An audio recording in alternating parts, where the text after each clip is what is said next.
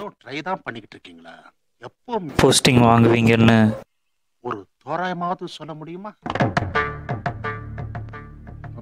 Sorry, உங்கள் exams பற்றிலாம் எனக்கு தெரியாது. தப்பா எடுத்துக்காதீங்க.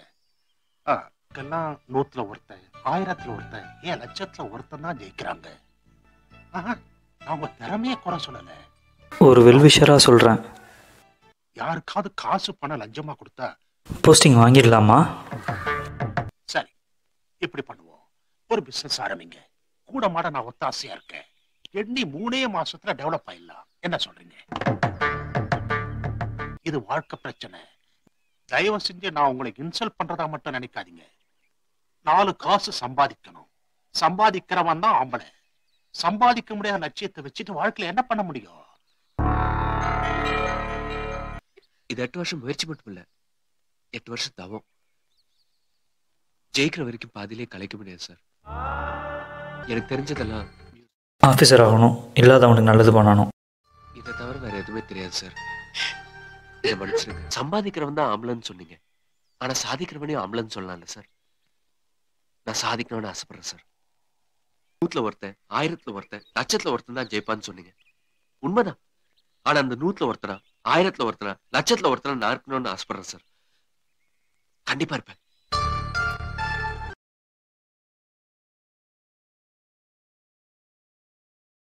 இங்க ஜெயிக்கல என்ன மக்குன்னு சொல்லுவாங்க, ஜெயிச்சுட்டா லக்கும்பாங்க.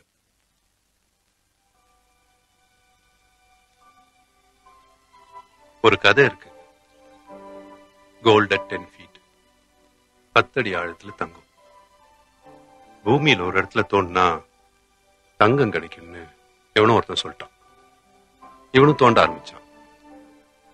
கல்லு பாறை எல்லாம் தோண்டி கையெல்லாம் கொப்பளிச்சு போச்சு. ஊர்ல எல்லாரும் கேட்டாங்க, என்னடா பண்றேன்னு. சொன்னான். ஓன்னு சிரிச்சாங்க, கேலி பண்ணாங்க. ஆனா இவன் நம்பிக்கை விடல. 1 அடி 2 அடி ஆச்சு, 2 அடி 4 அடி ஆச்சு. இவனும் தோன்றதை விடல, ஊர்ல இருக்கிறவங்க கிண்டல் பண்றதையும் நிறுத்தல. போராடி 8 அடி தோண்டிட்டான். வெறும் மண்ணுதான் வந்துச்சு, தங்கம் எதுவும் வரல. வெறுப்புல கடப்பாறையை தூக்கி போட்டு போயிட்டான். ரொம்ப நாள் கழிச்சு அந்த பக்கமா இன்னொருத்தன் வந்தான். என்னடா இது இவ்வளவு பெரிய குழி தோண்டி இருக்குன்னு கேட்டான். ஊர் ஜனங்க சொன்னாங்க, இவன் மறுபடியும் தோண்ட ஆரம்பிச்சான். 8 அடி 9 அடி ஆச்சு, 9 அடி 10 அடி ஆச்சு. தங்குன்னு அந்த கடப்பாறை அந்த தங்கப்பாறையில் இடிச்சது. அந்த தங்கப்பாறையை அப்படியே தூக்கி தோல் மேல வச்சு ஊரெல்லாம் பார்க்க அப்படியே போய்கிட்டே இருந்தான். 8 அடி தோண்டினவனுக்கு இன்னும் 2 அடி தோன்றணும்னு தோணல. பாத்தியா ஸ்ரீதர், தங்கம் கிடைக்கிற வரைக்கும் தோன்றணும், வெற்றி கிடைக்கிற வரைக்கும் போராடணும். அதான் உண்மை.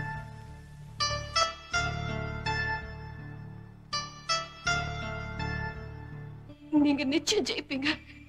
ஜெயிச்சு ஓஹோன்னு எல்லாரும் பாராட்டுற அளவுக்கு ஒரு நல்ல ஆபீசர் ஆயிடுவீங்க.